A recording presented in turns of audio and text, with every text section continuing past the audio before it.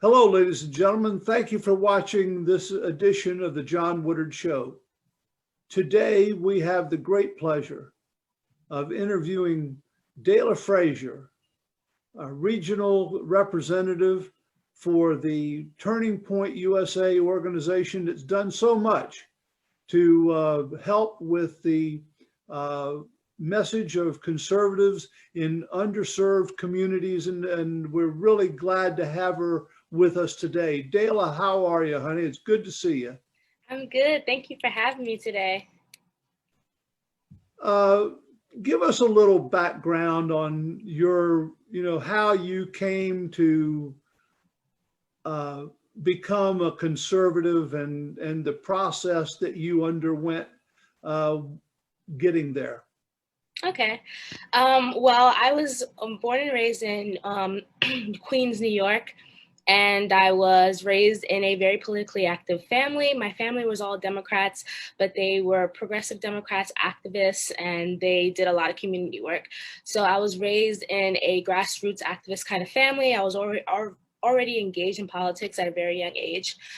Throughout the years, just doing my work with my family, I, started to ask questions as to why are we, helping lobby for this certain agenda or this certain agenda, but really aren't seeing any residual effects of those certain policies in our communities. So I started to, ask questions. My questions weren't getting answered. So I began, going off into different ideologies and not just staying in a liberal, progressive mindset. I started to, venture out, and even in not even politically, with my faith, education, just in all around in general, I just ventured out to find solutions, I guess, for what seemed like, in my opinion, generation long problems, because as we in Black community, well, we are fighting like generational curses. So I was questioning, like, why are they continually still happening and no solutions?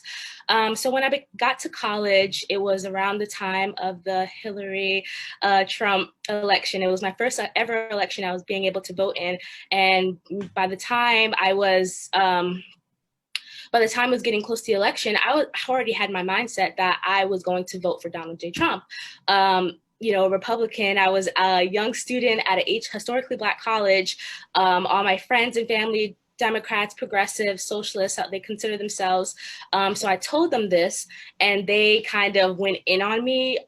They reprimanded me. I was told I was a traitor to my race if I was to do that, everything. So I kind of, became small and was very conflicted on what I should do. So I went against my own mind and actually ended up voting for Hillary Clinton, even though I absolutely did not want to. So the day after the election, when we found out that Donald Trump was going to be our president, I decided from then on, I would never let anyone sway my opinions again. I was going to sit and do all the research, do the work, and become a voice for truth. You've been a fish swimming upstream in the whole process, and that takes an awful lot of courage to go against your family and your friends, your fellow students, and all those influences that are generational, and so the mere fact that you had the courage to stand up for your convictions says an awful lot about you. Thank you. You went to college at ECSU, correct? Yes, sir. I wasn't at the local convention when when Donald Trump was running for election that year. I was down in Dare County at the time. That's when you first went to the GOP meeting, convention, isn't it? Right, in 2019, at the the convention, GOP convention. At that time, in 2018, 2017, I was gun ho with my ideas. I just didn't really have I didn't have a party affiliation and I didn't have an ideology affiliation. I was kind of just a free thinker, as my shirt says. I was just kind of like a free thinker out there. And you know what? One day I was doing some research on the internet, and I was just like, you know what? The GOP convention is coming up in Pasquotank. So instead of me, you know, just listening to everyone and saying, that are saying that the Republicans are racist, they hate Black people, they don't want progress for our community, and we don't belong in their party, I was like, you know what, I'm stopping listening to the he say, she say. I'm going to go and see for myself. So in 2019 is the first time I ever went to a GOP convention, and it was Pasquotank County. George Haig was the chairman then, wasn't he? Yes, yes. And I met, that was when I met Mr. Haig there. It was a great time. I'm sure that they were very welcoming to you. Yes. When you left the convention, it's my understanding that you made the comment something along the lines of, I came in as a Democrat and I left as a Republican. Is there any truth to that? Right. So I came in kind of in the middle, kind of, I guess. I knew I wasn't a Democrat, but I didn't know much about the Republicans because I didn't want to do the research, or I was kind of shaded from the truth with a lot of lies about the Republican Party and just, I guess, old white men in general. So I was nervous about the situation I would be walking into. But yeah, after I left, I was gun-ho, ready to start doing work with the at least the local GOP there. I consider myself conservative as soon as I left that whole meeting. So I definitely became ideology conservative. How did you get on board with Turning Point? Okay, so after I went to that GOP convention, that was my first ever anything kind of conservative on the right that I ever went to. Candace Owens was actually getting ready. Well, she was launching Blexit at the time, and the second ever Blexit event was happening in Richmond, Virginia.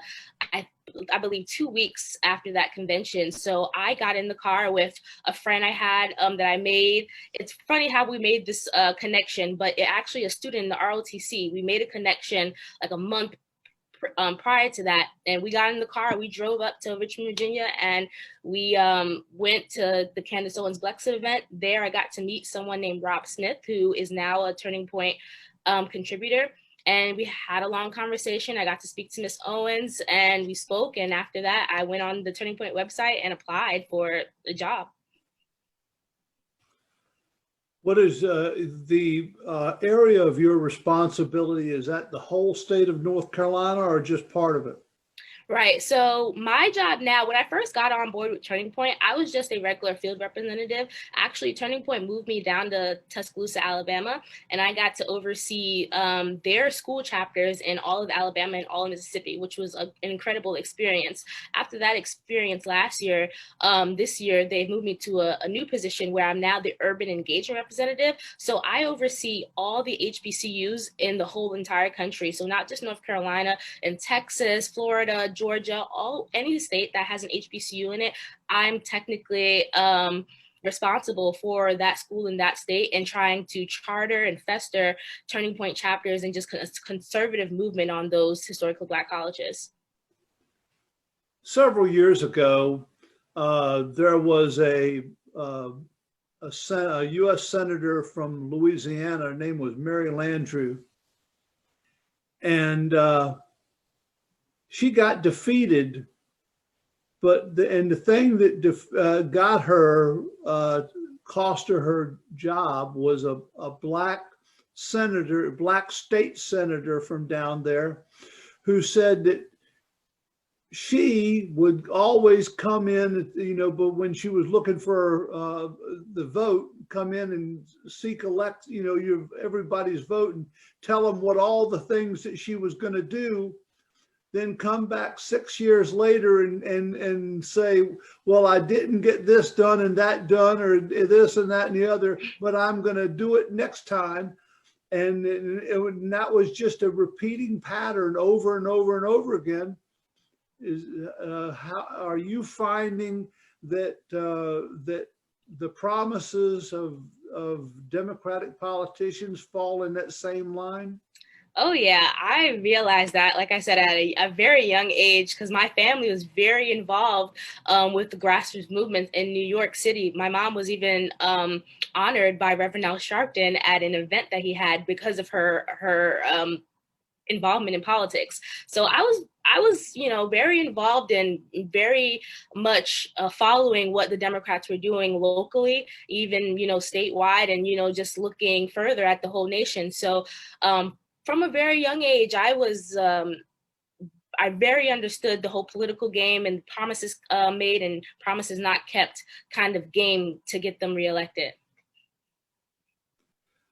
What in overseeing the HBAH historically Black colleges across the country, do you travel to all those different locations, or how do you do your job? Right. So this is a new program that we literally just launched this year. So in the future, our goal is definitely to establish chapters on all of those campuses and travel around to all those campuses. But right now, I really only have chapters here in North Carolina where I'm stationed at. But coming soon, I will be traveling to other campuses and passing out literature, getting a message on campus, and empowering students and building a coalition on those campuses across the country. What is the message that you pass on to these college students and these universities that that will help them see what you have seen? Right. So our main thing, and why I was kind of drawn to Turning Point, and why I love Turning Point, and why I feel like this organization has grown and will grow very large, is because we don't in our grassroots to our one-on-one engagements, we don't really focus on social issues, right? Our main message is that big government sucks and capitalism cures poverty, not socialism. So those are our two main things that we go after. And usually, we get talking, level ground with students, or, with opposition, or anybody who doesn't really agree. We can kind of agree that big government sucks, because even the Young Democrats, Socialists of America agree that, big government kind of sucks. So that is something that young people are getting at. And if we're trying to hit that message hard and kind of come back with solutions, conservative solutions to those big government problems. Have you got anybody working with you, or are you just a division of one right now? Yeah, so right now I'm basically a division of one, but like I said, we just launched this program and we really hope for this to be something big. There's no conservative organization that has really taken a stronghold on HBCU campuses. A lot of their clubs and organizations are very left-leaning. So we're taking, we hoped for this to be very big and for it to grow. So I won't be the only one soon. Who do you report to at Turning Point? Right. So I report to our regional manager. So right now, her name is Gianna Sixto, and she's been working with the organization for over 4 years, since they were actually back in Chicago. So she's been with the organization for a very long time, since they were very back during Obama. So she's a Hispanic woman. She's on a lot of different, like Telemundo, a lot of different Spanish news shows, and she's very great with urban and Latino outreach. What are your goals beyond trying to foster the development of chapters in these various colleges and universities? Do you have any personal goals for yourself? Well, my personal goal really is to, see a social change, kind of be able to actually see the changes that my work is doing. That's really just my main goal. That's why I actually wanted to do this, is more so a passion than anything, more than, wanting to have this political work, on me. It was more a passion thing. This is really my passion, because a lot of inner city kids really struggle, and that's my soft spot. I'm very soft for the inner city kids. So that's just my passion, is to help them help themselves in the future. Well, honey, you cannot do for anyone if they're unwilling to receive the help that you give them. But you're a very good spokesperson, and I'm sure that your ability to communicate effectively, like you do, is gives you a leg up when it comes to talking with individuals and groups that you want to. I hate to use the word convert, but that's, I guess, the best one I can come up with. What are the resources that you have to help you with getting the chapters in the various states or here in North Carolina? Do you have any resources you can draw upon? So unfortunately not. Like I said, this is a brand new program. We are trying to roll out, graphics right now. This is what our primary focus is rolling out graphics and materials that are personalized and specialized for Black students, urban communities, and historically Black colleges, something that they can relate to and gravitate towards more so than the stuff that we already have. Other than that, right now, I'm just in a fostering relationship stage where I'm trying to get those relationships with other organizations where they can, help us, bring in their resources to help in any way possible. Have you been back to ECSU since you graduated? Well, I have been back there, and actually, I have a chapter there that is, because of coronavirus, they haven't really been able to do as much as they have wanted to, but I can tell you that since they have been on board with Turning Point and I've been, helping them, they've found their voice. They've become very vocal on social media. They, this fire has really been lit underneath them, even after the president lost the election and kind of, the dynamics changed. They were, they were very focused, and they're still very focused in even being those lone conservatives on campuses to get that message out. So I'm proud of them. Well, on the 16th, we're going to get together down in New Bern and with the Coastal Carolina Taxpayers Association. And one of their guest speakers is going to be Pastor Tom Kakadelis, in addition to you as a guest speaker. I'm going to need a little biographical statement on you, so when I introduce you, I can do it correctly. But there's a lot of folks that need to hear the message, and Tom Kakadelis is in charge of various recruitment efforts on the religious side of our society, and I'm sure that you're going to have a good time talking with him. What can we do as a group to help you achieve your goals and help you with the chapter development? What can the Republican Party do for you?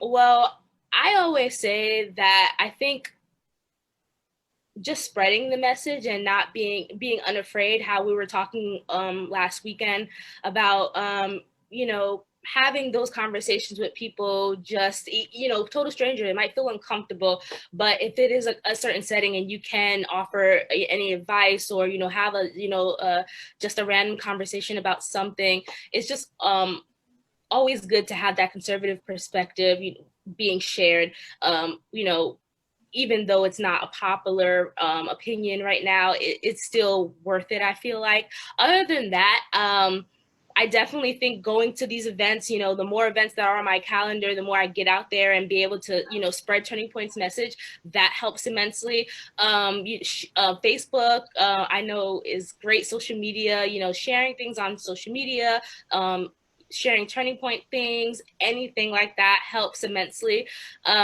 So just the little things, really, all of it really counts. Well, now that I've gotten to know you, thanks to Harvey West, I'm going to do everything I can. I'd like to get you to come back once the coronavirus issue has started to minimize. I'd like to have you come back and talk to the folks at the Pasquotank GOP again. And there's a lot of people in this region that I can introduce you to. So I'm looking forward to doing that. You've got a great message. You've got a great purpose. You've got a great personality. You speak really great. You've got all the tools to be successful. And I want to help you be successful, and that your organization can grow and prosper. This is Turning Point is probably the leading firm, the leading organization that can sew the thread between the various communities to bring us together as people. And to the extent that I can be a part of that, I'm going to do it. Thank you. I appreciate it. Is there anything that you would like to say in closing? Well, not really, but I would like to say, if you haven't heard of Turning Point USA, definitely go check out our website at tpusa.com. There are so many different resources there now. We even have something new that's called the live feed, where we have our contributors contribute blogs and videos every single day. So that's something that's great. We also have different resources. If you are alumni from a certain school, we have a map on there where you can see if there's a Turning Point chapter at your alma mater or somewhere that your child goes to, or we even have high school and activism hub chapters across the country. So you can see if there's a chapter that you're interested in. You can personally donate to that chapter as well. So go check out our website, tpusa.com. You said you didn't have anything to offer, but I think you offered an awful lot right there. Yeah. Well, and I'm going down to CPAC, and I hope that I'll see, some of your folks down there. We will have a booth. I'm not sure if our founder, Charlie Kirk, will be there, but I do know that we will have a sponsored booth at CPAC. So don't, if you're at CPAC, check out our booth. I certainly will. Great. Thank you so much for joining us. This has been a wonderful experience. I wish you the absolute best. And I'm sure that you're going to find that there are a lot of people around besides me that are willing to help you with your job and help you be more proficient. Everybody uses the term racism to explain away everything under the sun. And so, we need to have people like you and others to spread the word that Republicans are not racist, and that we have something a message that will help people empower themselves. There's a big problem with houses with no fathers and single parent homes and everybody wanting reparations and social welfare and on and on and on. And there may be some of that that's necessary in the short run, but in the long run, they have to have the means to take care of themselves. So I hope that you're successful in conveying that message. Thank you. Thank you very, very much. Thank you so much. I can't tell you how enjoyable it's been to talk with you. Thank you, and I'll see you on the 16th.